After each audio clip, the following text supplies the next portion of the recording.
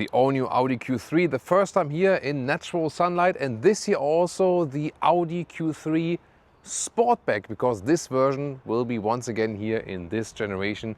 We can take you on a tour of the new Q3 Sportback with Thomas Naugefühl in 4K, full screen, full length. Let's go. In the front, really strong styling here in the S-Line trim.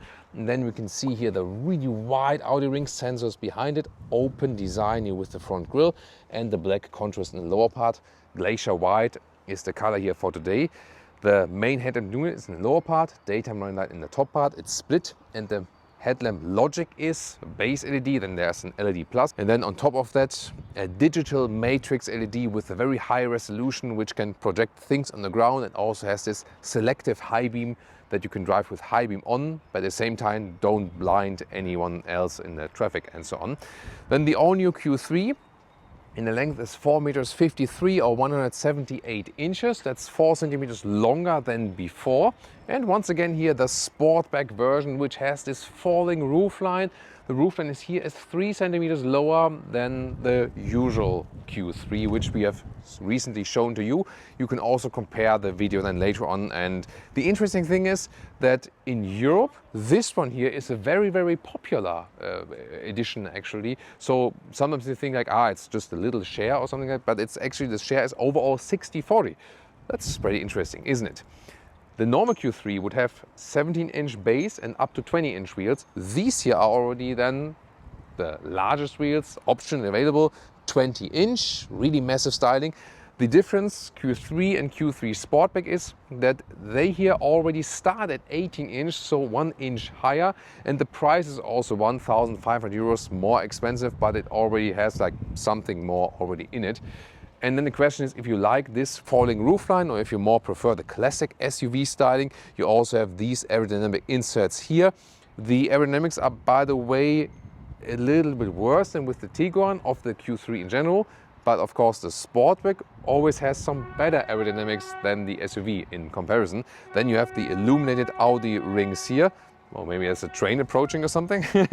Then here these OLED in the rear. These are organic LED, because the polymer is creating the light basically, and it's a very interesting structure. It looks really crystal clear, so to speak, and it has to be really sealed off that there's no moisture inside and so on. Light strip goes all the way around, and pretty spectacular as always the turning indicators. When the vehicle is in white, the S-Line here has even more stronger contrast here in black. You can see the darker the color is, the less is the contrast basically. You have a front-wheel drive model usually, but there are also all-wheel drive versions. The strong version is a 262 horsepower TFSI 2-liter 4-cylinder engine, then front plus rear on demand, 5.7 seconds. This one, the engine we have here, is the e-hybrid. And we can soon take a look under the hood and also at the side charging flap, because for the e-hybrid, the plug-in hybrid is the biggest change, so to speak, because now the battery is at 20 kilowatt hours net. There you can see the orange components, everything for the plug-in hybrid. This one is based on the 1.5 TSI, which is available pure combustion, but also here as the plug-in hybrid. And this is, so to speak, the biggest change. This one here, front-wheel drive only, however. The exact engine specs, horsepower figures and so on, you'll also find in the video description and also in the pinned comment.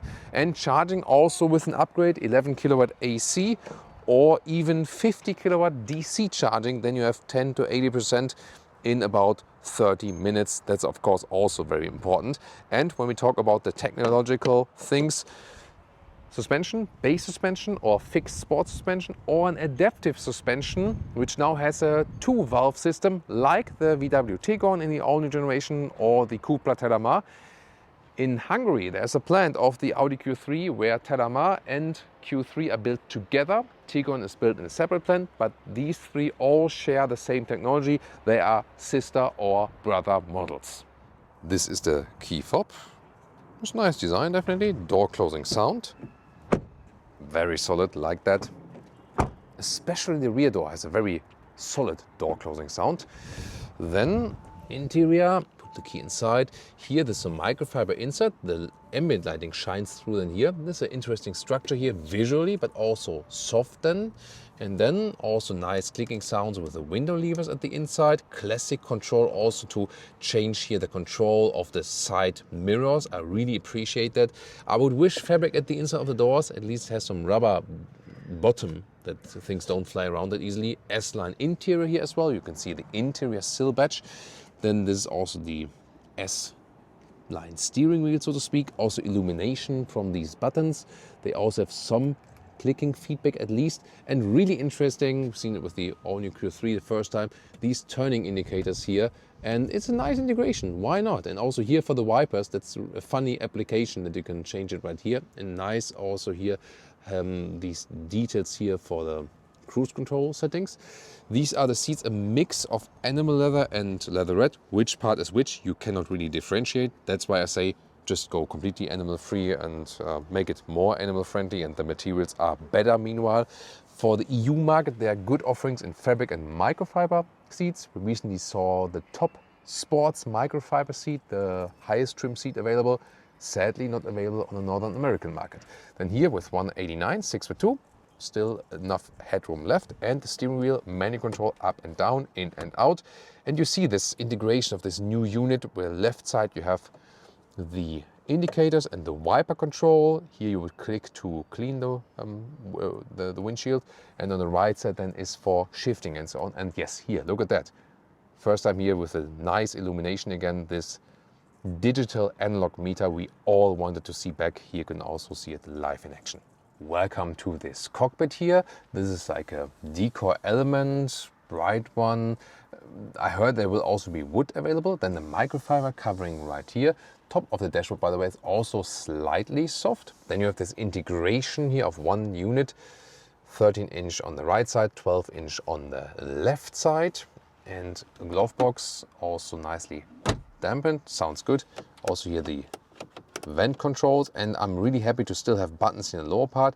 Here, by the way, also a special EV button for the pure electric driving of the plug-in hybrid drivetrain.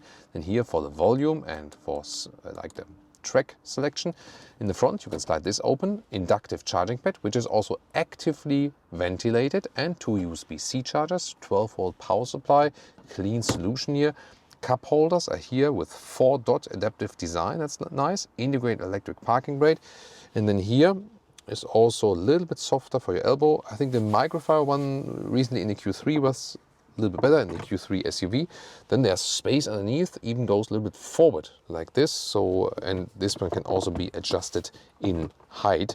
Also, by the way, these seats here are definitely less comfortable than the microfiber seats lately, because the surface here is way stiffer and that doesn't adapt so good to the sit bones. That's a very important thing to know. Here, by the way, again, 189, 6'2", some headroom left than here in this version. And is even more important to control all of this in different user interface stuff than when really sitting in the vehicle here now. And here, by the way, also nice here, this cover here from the middle console. This part, it's really soft when you touch it, you know, like a real knee pad. This also shows a good build quality, and it's on both sides. And this is, by the way, the animal-free steering wheel, first time available in the Q3. Driver POV, yes, two-dimensional Audi rings. I would prefer three-dimensional ones. You can still feel them, but not like on the inside for real. Three-dimensional is better, actually. And then you can see how these new controls look like from here with the turning indicators like this. And then here for the wiper control. And on the right side then, it's really interesting then here for putting in drive, sport mode, reverse or park then. And you also have shifting pedals here. And it's really cool once again to take a look at the instruments where we have back the digital analog meter. Yes, here we go. We have requested this from Audi. And then you have the head-up display here. It's not flickering on in real life. Then the main infotainment unit. You see here is also like the satellite view like this. Looks actually quite good. In the lower part, you can press this button and then you directly go to assistance system where you can deactivate the speed chime. You can also deactivate it in the top part. It's like an EU law that you when exceed by 1 km/h. Or you can also press and hold this button, this is the favorite button, then you can set individual functions. There we go, individual functions, what you want to have on there. So this is all possible. And the drive select, here you can click through the different driving modes here, and that looks pretty cool. Comfort, dynamic, efficiency, and so on. The visualization is also so much more fluid and quick. So great upgrade as for the hardware. Here the climate unit is better accessible than in an A6 or A5, honestly, but not the best still.